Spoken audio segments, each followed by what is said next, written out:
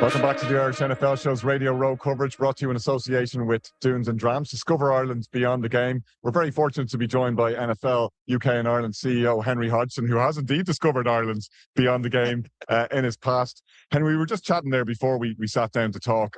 One of the things that we've noticed on Radio Row this year, even more so than in previous years, is the level of excitement and engagement among players, coaches, reporters, analysts, everyone connected with the NFL in the international games. You know, we had Jeff Duncan from the Times-Picayune in New Orleans on yesterday, and he cannot wait for the Paris game. He was coming over collecting notes from us on where's good to go. When are you guys getting a game back in Ireland? When can I come back over to Ireland? The buzz around the international games and the buzz around the European games in particular has really kicked up another level. Yeah, I mean, it's probably inevitable. Stan, thank you for having me, obviously. But yeah, it's probably inevitable in that, there was a period where we were playing 1 or 2 or 3 games in London, and it was conceivable that you might go your entire playing career or coaching career or even reporting career without ever actually getting a chance to travel overseas.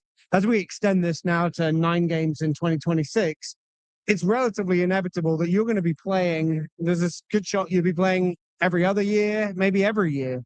And so I think inevitably, the players and other people are finding their way to it. They're enjoying the experience. I think, the league has done a good job of making it as efficient as possible so that when you travel, it doesn't upset the routine too much. It doesn't change things terribly from what you'd normally experience in a normal game week.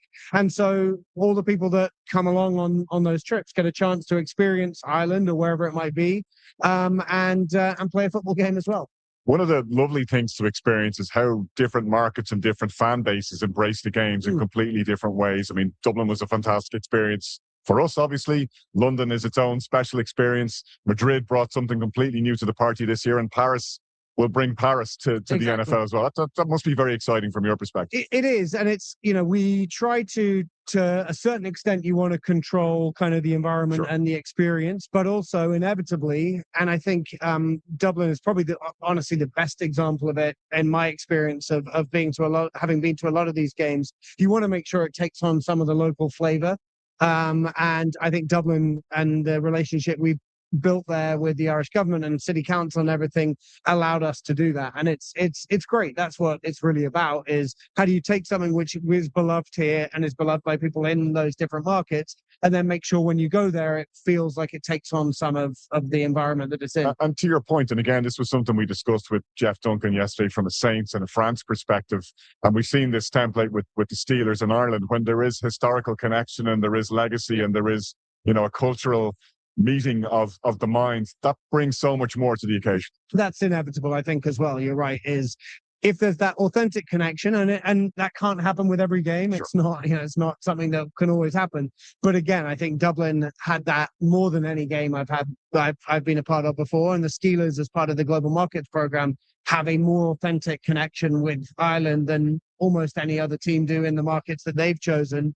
And so that brings it to life even more, and it makes it feel like a better, richer experience. One of the things you'll see, it's very prevalent on Radio Row, is the excitement about Melbourne, and the Melbourne contingent are here. We saw Steve Irwin's son earlier rocking around with a python. I saw him on Pat McAfee earlier.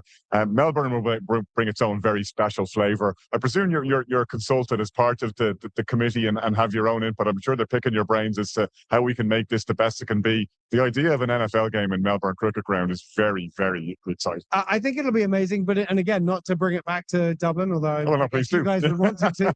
I think the arena specifically, Croke Park, obviously incredibly historic and culturally relevant place for that to happen. Australia at the MCG, same type of thing, but also kind of a bigger field than football is normally played on. And so I think we learned actually quite a lot from playing at Croke Park about how you can make sure that the fan viewing experience in the bowl is as good as it possibly can be. When, often we'll go places and we'd love to play games in certain stadiums and you can't because the field's not big enough. Croke Park and the MCG are examples of where the field is bigger than, or the playing surface that was very impressive, I have to say, reflecting on the experience in Croke Park, because it's something that a lot of us wondered about was, how is an NFL game going to look? We've seen rugby games and soccer games in Croke Park, while the Aviva Stadium was being redeveloped. But it was seamless. And I suppose that is an important part of the product, right? Because it's a regular season game, so it needs to look like a regular season game. You know, we need to make sure it's a great viewing experience for the people in the stadium. There's a great TV viewing experience for the millions of people around the world that are watching it. And yeah, you need to make sure that as you go into these places where the field is bigger than you would normally have, you know, build a stadium for an NFL game. Typically, you start with the field and work backwards. So we're retro engineering it and not trying to put a field into something that probably wasn't intended to have something that's 120 yards long, etc. We saw a bunch of Irish kids, and we spoke to Harry Barnes and to some of the kids from Marnock's in Port Marnock who played at the international tournaments here, the under-13 tournament. So unbelievably excited at the opportunity that they got and to be part of that and see the spread of flag football. It really does seem to be going exactly as you would have planned it. It's caught fire. The flag fever is real. Yeah, I really appreciate you saying that. I think, you know, obviously we're very proud of the Dublin game in Ireland this year, and especially, you know, given where we had been or hadn't been in Ireland, quite honestly, 2, 3, 4 years ago. But actually, to me, I think the thing that I was most excited about from this season, because it's something that's really sustainable, is the program we had where we delivered every secondary school in Ireland with a flag football kit to celebrate the start of this season and to celebrate the fact that the game was coming to Dublin. And I love the fact that St. Marnock School was one of those schools that we delivered it to previously weren't playing flag football. By the couple months later, they were good enough that they won this tournament for all of the secondary schools in Ireland. And as you say, then got a chance to represent Ireland here at the Pro Bowl. I got a chance to speak to the kids at the Pro Bowl as they were, you know, standing next to the NFC Pro Bowl team. And yeah, they were having a great time. And I was fascinated talking to the coaches because it's a mixed sport. It's inclusive. It's lovely to see the girls and the boys playing together at that age group, and kids who in some instances weren't particularly sporty or weren't involved in sport before they started playing flag. And Harry was saying the kids are studying the X and O's. They're devising plays themselves. He's like, we created a little monster here. Yeah. These people are actually watching tape. They were watching other teams playing, trying to prepare for them, but also trying to devise their own plays. I mean, that's incredible, and that's lovely to hear. I think the point you made about, you know, boys and girls being able to play together, but also, you know, and this is certainly true in the UK, and I'm sure in Ireland it's the case as well. There are certain kids who probably feel like, for whatever reason, the local, you know, the sports that they might be playing aren't for them, you know, and maybe they're not good at it, or maybe it's because it's not culturally something that they would want to do. I think the fact that flag football is so new to everybody means that boys and girls can play on a level playing field, and the culture around it can be created by the kids that are actually playing it themselves, rather than something that already exists, or that a parent says you do this and you don't do that. And you know, so we're seeing that growth in the UK, and I'm really excited about where this can go in Ireland. And it's something that we're very committed to investing in for the long term. Is making sure that flag football continues to grow and obviously sits amongst the other sports options that exist in schools in Ireland as well. At the next level then, I was lucky enough to get a couple of minutes with Tyke Leader recently to talk about some of the players that he has coming up through the college program in the States now. You've gone beyond the international player pathway, brilliant and all as that is, and you're now seeing kids from the UK, from Ireland and from other European markets looking to play college football as the front door into the NFL. You must be very pleased with how that has developed. Yeah, I mean, that's going to be, you know, I think we know, and you look at other sports that are true global sports, having a local hero is one of the ways that can happen. And I think we saw that evolve with Charlie's incredible success with the Saints midway through this season. So we want to make sure there are more international players. The International Player Pathway Program is one way we can do that. The NFL Academy certainly has been kind of our answer to how do you get that happening at an earlier age. I think kicking in Ireland is going through such a great moment, and there's clearly a pipeline of interested kids wanting to do this.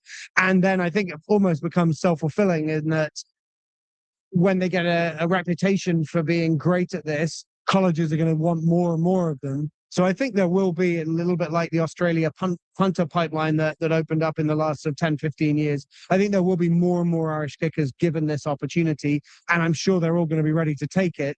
And I would hope that will lead to the sport becoming more and more popular in Ireland as well. Henry, what does 26, 27 and beyond look like for you and your team? Bigger sphere of influence now, more international games, more markets covered. There's a lot going on.